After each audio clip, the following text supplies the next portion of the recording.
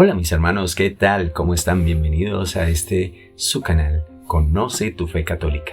En esta sección que hemos llamado Camino de Iniciación Cristiana, en el que tú y yo estamos estudiando juiciosamente el Catecismo de la Iglesia Católica.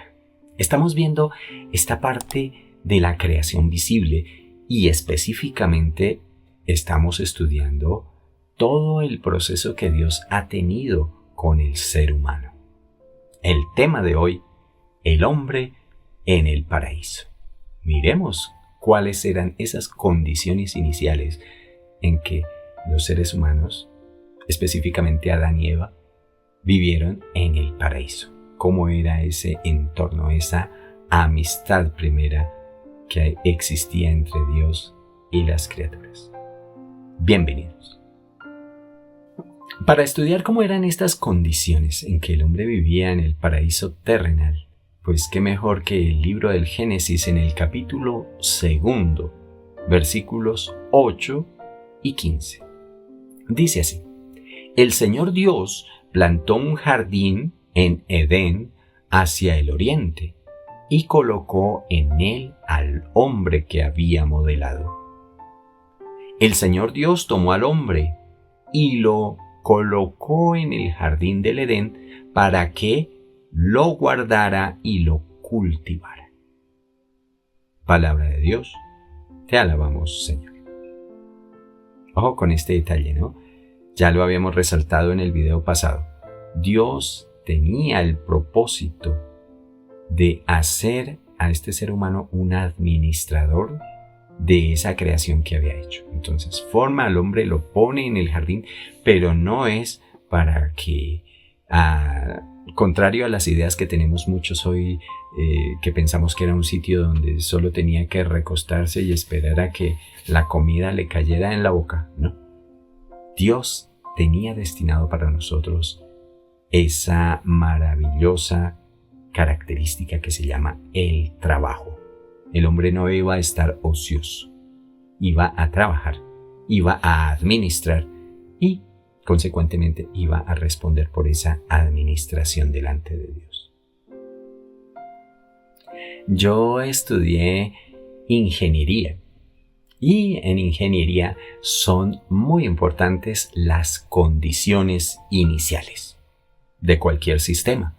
Pues bien, en este sistema de la creación existen las condiciones iniciales en las que estaba el hombre en el jardín del Edén. Miremoslas. Dice así: el hombre fue creado bueno. Es decir, no existía rastros de maldad en su corazón. Esta es una condición súper importante, porque se va a convertir después, todo lo contrario, en la causa de todas nuestras desgracias. Otra condición inicial del hombre es que vivía en amistad con Dios, cosa bien importante. Otra condición es que vivía en armonía consigo mismo y con la creación. Al existir esa armonía, pues todo estaba bello y perfecto. Una cuarta condición que enumeramos acá es que vivía en amistad y en armonía, tales que solo eran superadas por la gloria eterna. Es decir, vivía un gradito más abajo de la suma perfección del cielo con Dios. Un gradito más abajo. Pero este jardín es justamente un Edén, precisamente porque es muy cercano y muy parecido a lo que iba a vivir eternamente después en el cielo. Estas condiciones iniciales nos las manifiesta el Catecismo de la Iglesia Católica en el numeral 374. Estas condiciones iniciales solo serán superadas por la nueva creación en Cristo, que es la que nos espera al final de esta vida terrenal. ¿Y qué nos enseña la Iglesia sobre Adán, sobre estas condiciones iniciales? Que nuestros primeros padres, Adán y Eva, fueron constituidos en un estado de santidad y de justicia original. Es decir, para ellos hacer la voluntad de Dios era algo habitual, era algo espontáneo, no tenían que esforzarse, no tenían ni que pensarlo, simplemente vivían haciendo la voluntad de Dios. Esto lo recuerda el Concilio de Trento.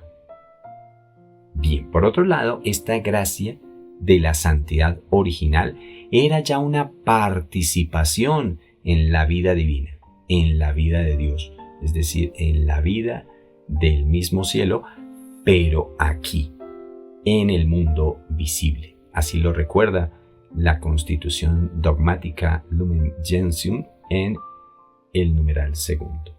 Y lo resume para nosotros el Catecismo de la Iglesia Católica en su numeral 375, que es donde vamos estudiando. Dice el dicho por ahí que nadie valora lo que tiene hasta que lo pierde. Y es justamente eso lo que estamos mirando aquí. Vamos a ver ahora las prerrogativas, como esos privilegios que teníamos de la divina amistad con Dios. Dice aquí que mientras permaneció en la intimidad divina, el hombre tenía estos privilegios. No moría. Con solo imaginarlo, da cierta nostalgia y ciertas ganas de volver a estar allá. Pero pues nos espera un cielo que es todavía más perfecto y por el cual estamos invitados a luchar, a recuperar justamente estas prerrogativas de la divina amistad. Bueno, volviendo a Adán, decimos que mientras permaneció en la intimidad divina, el hombre no moría, no conocía el sufrimiento, vivía en paz consigo mismo, en perfecta armonía con la pareja. A la armonía de la primera pareja con el resto de la creación se le llamó el estado de justicia original. ¿Cómo así el estado de justicia original? Justicia, porque aquí la justicia se entiende con esa palabra que usamos nosotros para hablar en términos técnicos cuando decimos justamente, cuando algo es justamente, que cabe exactamente donde le corresponde y en la medida que es, que no hay lugar a holguras, si estamos refiriéndonos por ejemplo a unas piezas metálicas que casan perfectamente. Entonces decimos que están justamente elaboradas. Pues esa era la justicia en la que vivían Adán y Eva. Hacían exactamente y justamente lo que Dios quería. Esa es la justicia original, de la que nos habla aquí el Catecismo de la Iglesia Católica en el numeral 376. El dominio de sí era la condición necesaria. Es decir, mientras fuéramos capaces de mantenernos en ese estado de justicia original, pues algo natural que se daba por sí solo era el dominio de sí. Qué cosa tan difícil en nuestros días el dominio de sí mismos cuando estamos invitados a desbocarnos, pues a causa de la caída hemos perdido ese dominio de sí mismos. Dice aquí que el dominio de sí era posible mientras el hombre fue libre de la triple concupiscencia que nos recuerda el apóstol San Juan allá en su primera carta en el capítulo 2, versículo 16, donde se habla de que en nosotros existe la concupiscencia de la carne, la concupiscencia de los ojos y la soberbia de la vida o de las riquezas.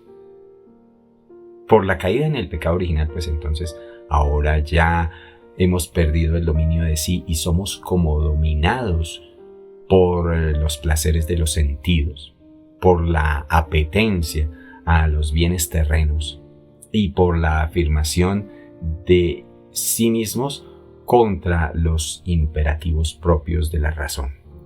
Es decir, el pecado nos obliga a actuar torpemente. Cometer pecados es ser sencillamente irracionales. Cometer pecados es portarnos como animales que no tienen razón, que hacen simplemente lo que los mueven a hacer sus instintos. Somos entonces esclavos de esta triple concupiscencia y eso hace que el dominio de sí, sin la ayuda de la gracia de Dios, pues sea algo imposible prácticamente de cumplir. Así nos lo recuerda el numeral 367 del Catecismo de la Iglesia Católica. Sigamos haciendo añoranza de ese paraíso terrenal en el que Adán y Eva vivieron. Otro signo, otra característica era la familiaridad con Dios. ¿Y dónde se da la familiaridad? Justamente, ¿cuál es el espacio de la familia? Pues el espacio del hogar, el espacio común que comparten. Si recordamos bien, el Génesis nos habla de que Dios se juntaba con el hombre a hablar en las tardes a la hora de la brisa. Así lo dice el Génesis. Entonces, Dios coloca al hombre en el jardín. Su función, la tarea del hombre, cultivar, cuidar, guardar ese jardín, según el Génesis 2:15. Y ese trabajo, pues, era algo fácil, por lo menos no era penoso. Penoso en el sentido en el que nos lo va después a narrar el Génesis 3, 17 y 19, cuando Dios nombra todas las dificultades a las que ahora se va a ver abocado el hombre para poder sacarle fruto a esa tierra, con el esfuerzo de sus manos, con el sudor de su frente, con el trabajo arduo, y a pesar de él brotarán solo cardos y espinos. Terrible cosa. Era, por lo tanto, la colaboración de la primera pareja con Dios en el perfeccionamiento de la creación visible que después se va a hacer algo, pero estamos viendo en las condiciones iniciales en la que todo esto no tenía ningún problema ni era gravoso para el ser humano. Digamos que era un trabajo grato al corazón, que trabajar para Dios y mejorar su creación era algo que llenaba el corazón de Adán y que después se va a convertir en algo tortuoso a causa del pecado original. Necesariamente tenemos que ir abocando las consecuencias de lo que vino a pasar después del pecado original. Y el pecado original pues destruye esa armonía, destruye esas condiciones iniciales que podríamos llamar ideales en las que Dios había creado al hombre. Y es que una tendencia terrible que tenemos los seres humanos es pasarla mal. Después de pasarla bien, llega esa satánica necesidad de sufrir y de padecer. Y pues nos sometimos a nosotros mismos por nuestra propia voluntad a eso, y hemos sometido a eso a Jesucristo mismo. Y prueba de ello es la cruz que tuvo que soportar nuestro Señor Jesucristo, haciéndose solidario con nosotros para podernos luego volver a su amistad. Pero pues me estoy adelantando el tema. El pecado original destruye la armonía. Toda esta armonía de la justicia original prevista para el hombre, por designio de Dios, se perderá por el pecado de nuestros primeros padres. Necesariamente ese es el origen de todas nuestras desgracias actuales. Nos lo recuerda así el Catecismo de la Iglesia Católica en el numeral 379. Me gusta una expresión de Fray Nelson Medina definiendo al pecado de la siguiente manera. Dice Fray Nelson: el pecado es una zancadilla que le ponemos a nuestros propios pasos. Así de irracional es la cosa. Ya para terminar entonces nuestra reflexión de hoy del Catecismo de la Iglesia Católica, miramos el numeral 384. Nos recuerda que la revelación nos da a conocer el inicio. esas condiciones iniciales, no tendríamos ni idea de todo lo que vivieron Adán y Eva en el paraíso, sino gracias a la revelación. Entonces, la revelación nos da a conocer el estado de santidad y de justicia originales del hombre y de la mujer antes del pecado. De su amistad con Dios nacía la felicidad de su existencia en el paraíso. Dios es la felicidad tuya y mía, mis queridos hermanos. Todo este esfuerzo de este canal, de estudiar el catecismo de la Iglesia Católica, de hacer tantas aproximaciones a Dios, no es otra. El objetivo no es otro sino el retorno a Dios, el volver a Dios, el volver a su amistad, porque solo en Dios encuentra nuestra alma la felicidad eterna, como dice el salmista. Solo en ti, alma mía, descansa mi corazón. O como diría San Agustín, tú nos has creado, Señor, para ti, y nuestra alma no encontrará descanso hasta que no vuelva a ti. Gracias, mis hermanos, por querer estudiar con nosotros el Catecismo de la Iglesia Católica. Suscríbete, comparte esta información con aquellos que sabes que la necesitan. Ayuda a evangelizar. Ayudando a salvar otras almas, estás salvando la tuya propia. Que eso no se te olvide. Será entonces, mis hermanos, hasta una próxima oportunidad, si así Dios lo quiere.